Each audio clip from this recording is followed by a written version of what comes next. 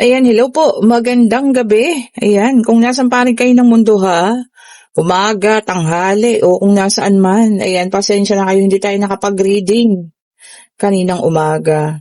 Sapagkat alam nyo ba, tayo yung nagpunta ng opisina kagabi. O ayan. Siyempre, alam niyo na, bigay ng mga Christmas basket. Kailangan present tayo, di po ba? Kailangan nahandoon tayo. I-adjust nga natin. Pero ang ganda, nakikita niyo yung mga bracelet. O, di ba? Okay, so meron tayo dito, Nine of Swords, ayan.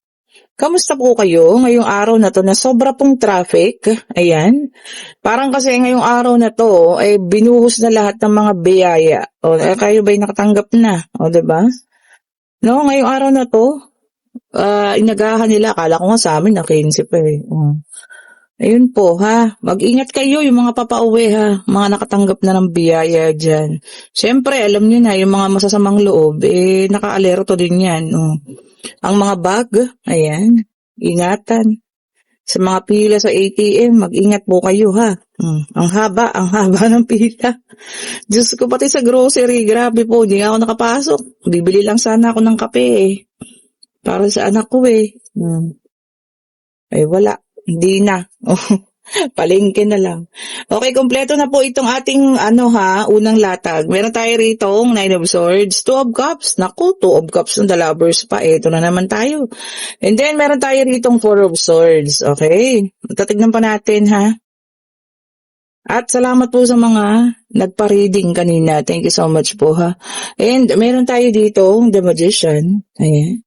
Kahit puyat-puyat tayo nakapagbigay naman tayo ng magandang reading. O, 'di ba? Ayan po yung mga hindi ko napagbigyan para ngayong gabi kasi po puno na talaga. No, kaya nga po sabi ko unahan kayo sa pagpapaschedule. Sa next Friday na lang po ha. Ngayon po magpa-schedule na kayo, 'di ba? At least naka-safe na yung araw ninyo sa Friday. Okay po. So, next Friday na lang po ha, yung mga kumukuha ng alas 8. Alam niyo yung alas 8 talagang unahan po yan. Alas 8, alas 9. So, ganun po talaga. Kung gusto niyo magsabi po kayong maaga ha. O as early as today po ha, mag-chat na kayo kung gusto niyo magpa-reading sa Friday. At kung gusto niyo na isama ang 2026 forecast ninyo. O, ayan. So, meron tayo dito The Magician. Meron tayong Seven of Cups. Meron tayong The Hermit. At meron tayo ditong Three of Pentacles. Okay. So, kanina sinabi ko sa inyo, diba? Meron tayong The Lovers and meron din tayong Two of Cups. So, this is a potential soulmate. Okay po. Pero, not sure kung ikaw o yung person mo, ayan, tingnan nyo. Nasasaktan or kabado na 20, kabado 20, di ba? Yung sinasabi nilang ganon. Yung talagang nagkakaroon na ng fear, di ba? Takot. Alam mo kung bakit? Kasi hindi niya alam kung bakit ka nagkaroon ng pananahimik. Ayun, ang ating Four of Swords, di ba? Before kasi, siguro nagkaroon kayo ng paghihiwalayan or ano man, ikaw yung masuyo. O, diba? Ikaw yung, kahit hindi mo kasalanan, sige, tama na, maging okay na tayo, ganyan-ganyan. Dalawa pa yung pananahimik dito, ha? Talagang tinodo mo, ha? O, ayan. So, dito sa pananahimik mong ito, ayan na nga, sabi ko sa'yo, kabado 20 na tong person mo. No, di ba po? Kasi dati, alam mo yan, nakikipag-usap ka pa, ayan, nagsasabi ka na tama na, tapusin na natin or ayusin na natin, tama na yung gulo, tapusin na natin, ganun. Pero ngayon hindi. So parang ikaw not sure kung nagsawa ka na sa panunuyo, or sa pagsasabi ng kung ano man. However, kung ano man po, at kayo man nagising o natuto na, alam niyo yun, which is a good thing para sa akin. Kasi hindi nyo kailangan pamihasain yung ganyang tao, na kahit mali siya, ikaw yung mali. O, diba? Tama ba yun? Diba, hindi tama yun Pag ikaw yung mali, ikaw yung mali. O, diba po? Kung siya yung mali, siya yung mali. O, hindi po yung ganun O, edi ngayon, kabado siya. Kasi, naguguluhan siya, bakit ganyan ang kinikilos mo? O, diba? Marahil, siguro natuto, nagkaroon ng pagtuto, nagkaroon ng pag-iisip din, 'di ba po, sa inyo na nakakasawa na. Oh, 'di ba? Sino ba namang hindi magsasawa pag ganyan laang? Ay, nako po. Oh, 'di ba? Lagi na lang ganun. Ito, Siguro nagkaroon kayo ng hindi magandang pag-uusap at manatili kang manahimik, kahit na anong, post niyo sa social media, quiet ka lang. 'Di ba, which is good. Napakaganda po nun, ha. Ang ganda po nung gano'ng ginawa. Kaya lang talagang hindi niyo siya matatakasan because sabi ko nga kanina pa, soulmate. Hanggang sa pangalawang deck lumabas, so soulmate. Ano ba 'to, binibigyan niyo lang 'to ng leksyon o talaga bang tutuldukan na ninyo? O sige, comment nga ninyo diyan. Kung bakit kayo nagkaroon ng katahimikan, bakit, the same thing, tignan ninyo. Siguro marami talaga kayong ginagawa. Lot of things, sabi niya kasi, lot of options, maraming ginagawa, kung ano man ito, maraming iniisip, yan, maraming plano. And yung mga ganyang artihan, parang nakakasagabal na. Di ba? And then, also King of Cups, to emotion. Yan, So, yun nga, ang dami niyang emosyon sa ngayon, siguro siya yan. So, kung ano man yung mga emosyon niya ngayon, pagdadrama, or kung ano man, well, yan po ay kanyang problema, hindi niyo yan problema. Para sa akin, talagang ipagpatuloy niyo na yan, yung silence ninyo. Kasi, yun yung sinasabi nila, nakasasakit ang katahimikan. Di ba? Kahit hindi ka nagsasalita, tignan mo siya, siya po ay kabado na. Di ba? Nawiwindang na. Kakaisip, ba't ka nagkaganyan? And then, meron tayong Four of Cups. See? Regrets. Tapos ngayon, depressed siya. Remorse. Di ba? Di namang nararamdaman niya po sa ngayon, Okay. Kahit di mo naman ipinilit sa kanya yan, wala tayong magagawa. Kung sa pananahimik mo, yan ang epekto sa kanya, yun talaga. Di ba po? And meron tayo ditong Ten of Pentacles. Ayan. Siguro para sa ito, sabi niya rito, unexpected financial blessing. May mga parating pa, para sa iyo, Siguro diyan ka busy. Kasi sa mga bagay na alam mo yun, alam mong kikita ka, magiging mas maayos ka. Kaysa doon sa mga ganun na drama, full of negativity, which is good. Para sa akin po, napakaganda nun, And then meron tayong Temperance, may dalang number 14, and peace, inner peace. Wow! So yun ang sa'yo ngayon, ang tawag dito, importante, inner peace. Diba po? Ang ganda. So, inner peace, ang pinaka-importante sa'yo ngayon. May dalang 14. Naku, birthday ng kapatid ko, 14. And may dalang number 8, which is the strength yun. Ito ang kalakasan mo ngayon. Ang pananahimik mo, ang siyang kalakasan mo ngayon. Diba? Windang siya ngayon. Diba? Cute nun, Wala ka namang ginawa, pero affected na affected siya.